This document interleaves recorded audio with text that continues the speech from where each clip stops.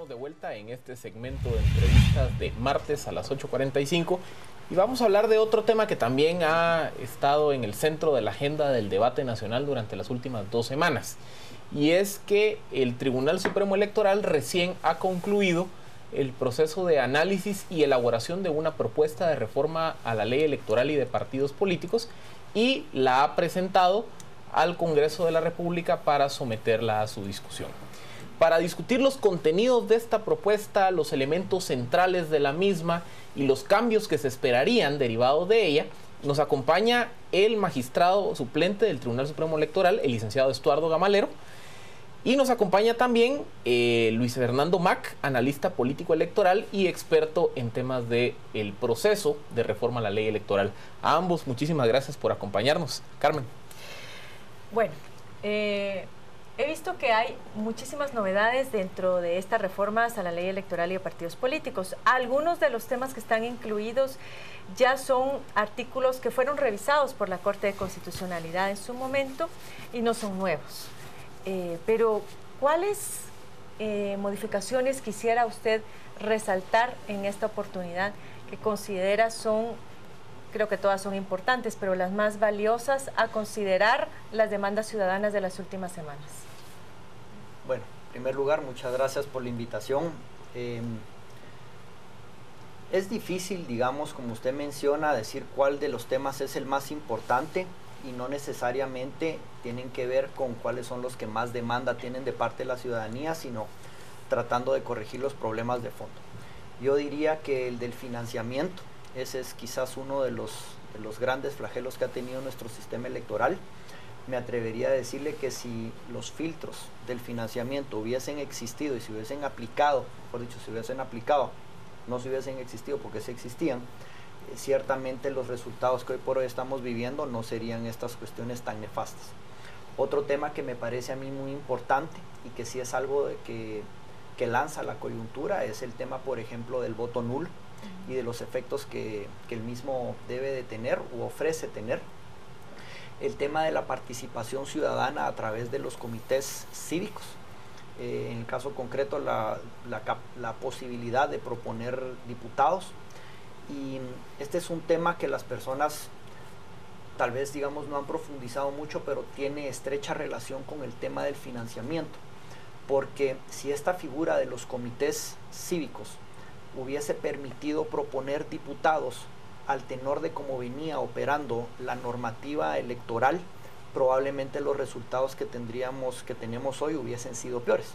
Si partimos y reconocemos que el flagelo ha sido el no control del financiamiento, es decir, hubiesen servido como mecanismos más baratos para que probablemente carteles de la droga, crimen organizado y estructuras clientelares del Estado hubiesen podido proponer de una manera más barata candidatos. Sin embargo, ese no es el caso de ahorita y a lo que estamos apostándole es a que podemos fiscalizar y controlar adecuadamente los recursos que llegan a los partidos políticos, a las campañas electorales y además darle a la ciudadanía la opción de poder proponer candidatos a través de mecanismos que no sean tan complejos como los partidos políticos. Licenciado Mac, ¿cómo ve usted el resultado de todo este proceso de redefinición del modelo de control sobre el tema de financiamiento y sobre el tema de las actividades de los partidos políticos? ¿Cree que con lo que hoy está proponiendo el tribunal haya suficientes herramientas para encauzar y ordenar la anarquía que ha sido el sistema de partidos? Bueno, esa es una pregunta un poco complicada. En principio creo que la propuesta del tribunal presenta un menú bastante completo sobre las herramientas, como tú dices, por ejemplo, aumenta las sanciones, establece controles al gasto, a la campaña anticipada y una serie de factores que yo creo que, como dice el magistrado, si hubieran estado presentes en esta elección, otra cosa hubiera sido. Ahora, el problema de nuestra Guatemala es que muchas veces, y lo dijo muy bien el invitado anterior justamente, muchas veces las leyes son muy buenas, puede ser, diríamos esto, un cuerpo legal muy bueno, pero después tenemos el grave problema que a veces no se aplican. Primero, y segundo, en el tema de las reformas electorales siempre los analistas políticos dicen que pueden haber efectos indeseados. Todas las normas, como tú bien dijiste, por ejemplo, pueden tener aspectos positivos, pero en la aplicación pueden haber algunos aspectos indeseables. Entonces, por eso es que, tentativamente hablando, se miran muy buenas.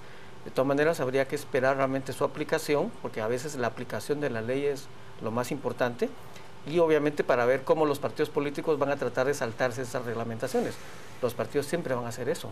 Entonces, en un principio creo que sí, pero puede ser realmente que necesitemos hacer ajustes posteriormente. En el tema del financiamiento, veo que uno de los aspectos ahora es que también se establecen sanciones para aquellos financistas que transgredan la ley. Anteriormente solamente era el partido político. En términos de multas, de sanciones, ¿qué tan duras son dentro de esta propuesta de ley? En primer lugar, se buscó porque la multa fuera eminentemente disuasiva, es decir, que la persona no tuviera el fin perverso de querer incurrir en muchas multas porque al final del día no sucedía nada. Así que, por ejemplo, el máximo permitido ahora son $250,000 versus que antes eran $125. Sin embargo, cuando el problema lo queremos enfocar desde el punto de vista monetario, tampoco resuelve el problema de decir son $250,000, cuando muy probablemente hayan partidos políticos que tengan el dinero para poderlo pagar. Creo que la gran diferencia no solo está en el monto de las multas, sino en la capacidad que tiene el Tribunal Supremo Electoral de, si una organización política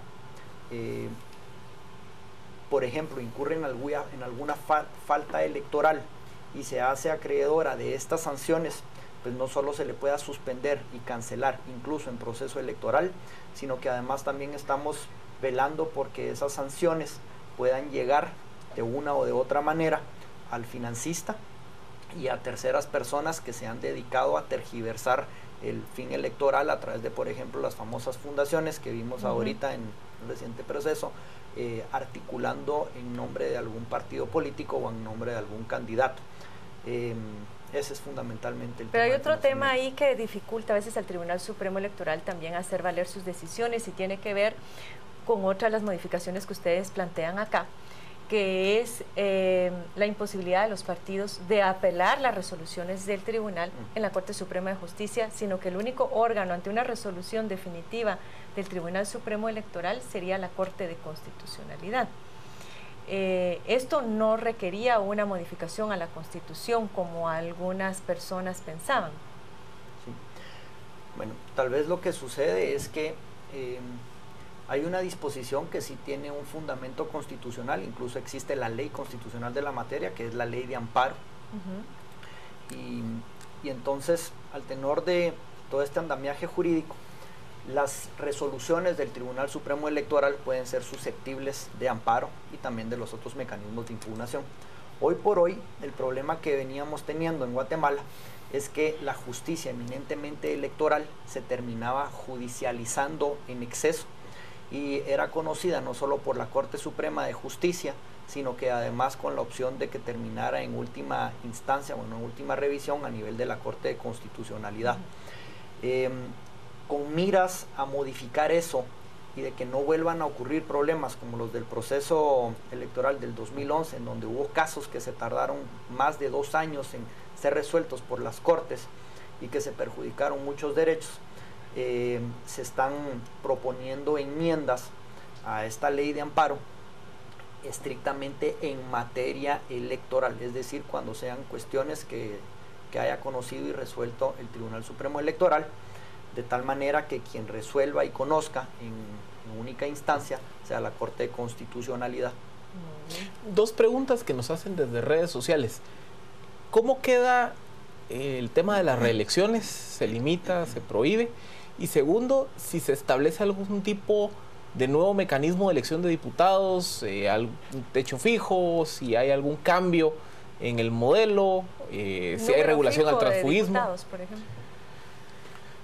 Bueno, son varias cuestiones. En primer lugar, lo de el tipo o el modelo de elección para diputados, eso está consagrado en la Constitución.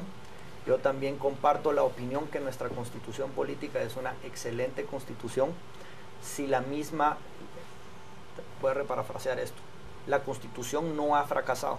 Los que hemos fracasado hemos sido los guatemaltecos y el sistema al implementar nuestra Constitución. Por supuesto se puede mejorar, pero eso, digamos, ahorita no debería ser ni siquiera objeto de de discusión. Lo menciono porque es a nivel de la Constitución en donde se reconoce que los diputados del Congreso pueden ser electos en forma distrital o por listado nacional. Hay personas que advierten y reclaman que la elección de los diputados a través del sistema de lista nacional no obedece a una representatividad real. Puede ser que tengan razón, pero nosotros consideramos que es mejor no entrarle al tema de modificar la Constitución, sobre todo por el tipo de actores. Ni siquiera fijando un número de diputados al Congreso. ¿Qué? Sí, entonces lo primero era el tipo de elecciones de diputados para optar a sus diputaciones dentro del Congreso. Ahora, el número máximo o el número de diputados que se está proponiendo es un tema que ya estaba considerado en la iniciativa 4783, que ya tiene el visto bueno de la Corte de Constitucionalidad. Esa es una iniciativa que en realidad tal vez no satisface adecuadamente no solo los problemas históricos reales del sistema político electoral, sino que está muy lejos de poder solucionar problemas que se dieron en esta coyuntura y que se hicieron manifiestamente grandes ahorita y que son reales. En esa iniciativa ya se consideraba el número máximo de diputados y nosotros creemos que ese número es el adecuado. Sí, sobre el transfugismo, doctor Mac, ¿cómo ve usted esta propuesta que ha hecho el Tribunal Supremo Electoral en cuanto a que a una persona que ha sido electa por un partido político y renuncia a esa candidatura o a esa posición o a ese partido político, tiene que salir del Congreso y quien asumiría sería el segundo en el listado? ¿Corregimos realmente de esta forma el problema? ¿Cómo lo ve usted? Bueno, yo sí, aunque sea que no soy abogado, yo había oído realmente que eso no era una materia de la ley electoral, sino más bien de otros cuerpos legales, especialmente, por ejemplo, la ley de régimen del interior. Yo tengo la duda si eso realmente es viable hacerlo desde la ley electoral, pero bueno, más allá de eso, me parece que el tema, diríamos, del transfugismo debería que verse en el tema del fortalecimiento de los partidos políticos, porque algunos argumentan que realmente el tema del transfugismo es una forma, diríamos, de oxigenar estos partidos políticos que están dirigidos por caudillos, a pesar de que en la práctica, diríamos, algunos de estos se reacomodan de manera, diríamos, ilegítima o antiética. Algunos lo han hecho, diríamos, de una forma que también podrían, diríamos, permitir ese dominio o eliminar ese dominio caudillista de los partidos. Así que, como en todo, realmente hay que ver la ley integralmente y ver después cuáles son los desafíos que tiene la aplicación. Pregunta del millón, licenciado Camalero. ¿Entran o pueden entrar en vigencia las reformas para este proceso electoral? ¿Del millón de qué? Del millón de seguidores, que esa es la pregunta que más nos hacen en redes sociales. Es un año el que ustedes establecen, ¿verdad? Miren, es una pregunta que hay una forma, hay varias formas de responderla, pero yo me tengo que circunscribir a lo que yo juré. Yo juré defender la Constitución y todos los magistrados juramos defender la Constitución. No juramos defender la Constitución cuando nos conviniera o cuando políticamente no fuera viable hacerlo. Al tenor de lo que dispone la Constitución y lo que dice la ley electoral y de partidos políticos, una vez convocado el proceso electoral, no se pueden hacer cambios que afecten a ese proceso, ¿ya? Sin embargo, hay circunstancias que el mismo derecho no puede prevenir o anticipar, como son los eventos de fuerza mayor. Si el caso llega a tal drasticidad en donde hay un evento de fuerza mayor, que eso no lo conozco yo, las elecciones no se pueden o no se deben de realizar por eventos de fuerza mayor, entonces definir esos criterios va a ser un reto. Entonces pues esos son los eventos, ¿verdad? En todo caso, lo que a mí sí me llama la atención es que tengo bien claro qué es lo que está pidiendo la población, sé qué es lo que dice la Constitución, creo que no son excluyentes, y lo que más me preocupa es que yo no veo, digamos, partiendo de la premisa que los partidos políticos son los vehículos en donde sus candidatos quieren una mejor Guatemala y están ofreciendo solucionar una serie de problemas. Me llama la atención que no hemos escuchado a los partidos políticos que en realidad deberían de estar buscando una mejor Guatemala, proponer que estas reformas o que los filtros del sistema funcionen. y si no fueran los filtros del sistema a través de las reformas, pues que de ellos mismos naciera esa depuración que está pidiendo la población o la sanidad de sus mismas finanzas. Eso es tal vez en el fondo lo que más preocupa, ¿verdad? Yo quisiera una pregunta para cerrar con el doctor Mac, y es, dos procesos se llevaban a cabo, además de estas propuestas de reforma del Tribunal Supremo Electoral, que entiendo que también se abrieron a consulta y recibieron ustedes también propuestas desde la sociedad organizada, pero está también las mesas que se están trabajando en el Congreso de la República y las que están trabajándose en la Universidad de San Carlos.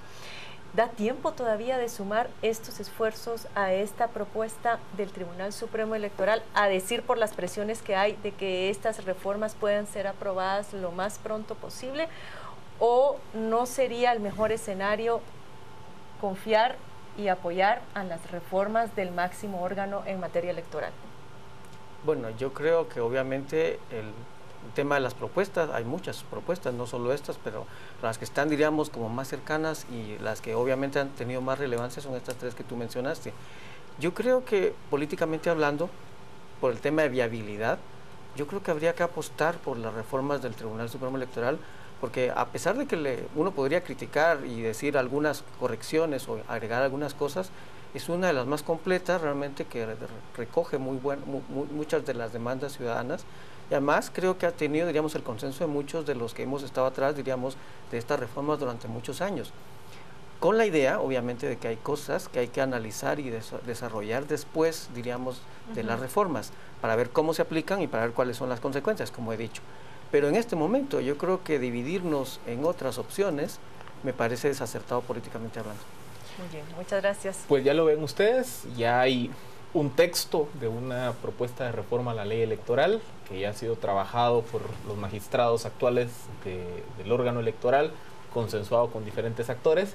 Ahora la responsabilidad pasa al Congreso de la República de operar y de aprobar con la mayor celeridad posible las reformas. Magistrado Gamalero, doctor Mac, muchísimas gracias por habernos acompañado. Carmen, a ti también. Le cedo la palabra a nuestro compañero Juan Carlos Sandoval, quien tiene algunos comentarios en redes sociales. Gracias, Philip. Vámonos a las redes. Tenemos mensajes con el tema actual. ¿Cómo prohibir volver a ser candidato y electo si gana el voto nulo? Solo cambiando la Constitución. En la pregunta, Mario, necesitamos reformas que no defiendan tanto a los políticos. Ellos se escudan allí. Alessandro, por mucha regulación, si no se postulan las buenas personas, estamos fritos. Edgar, es imperativo que renuncie Otto Pérez Molina para retrasar las elecciones y allanar la vía política y legal a cambios a la ley electoral y de partidos políticos a través de un gobierno provisional. Yo votaría porque no haya elecciones, como sugirió el magistrado, para limpiar primero y sacar toda esa lacra. ¿Y de qué sirven las multas a partidos políticos? Ya que sus financistas tienen mucho dinero, lo mejor es cancelarlos. Son los mensajes, vamos a ir a la pausa. Al regresar entramos en el debate esta noche. Philip Chicola y Edgar Ortiz en el análisis. Quédese con nosotros en Noticieros de Canal Antigua.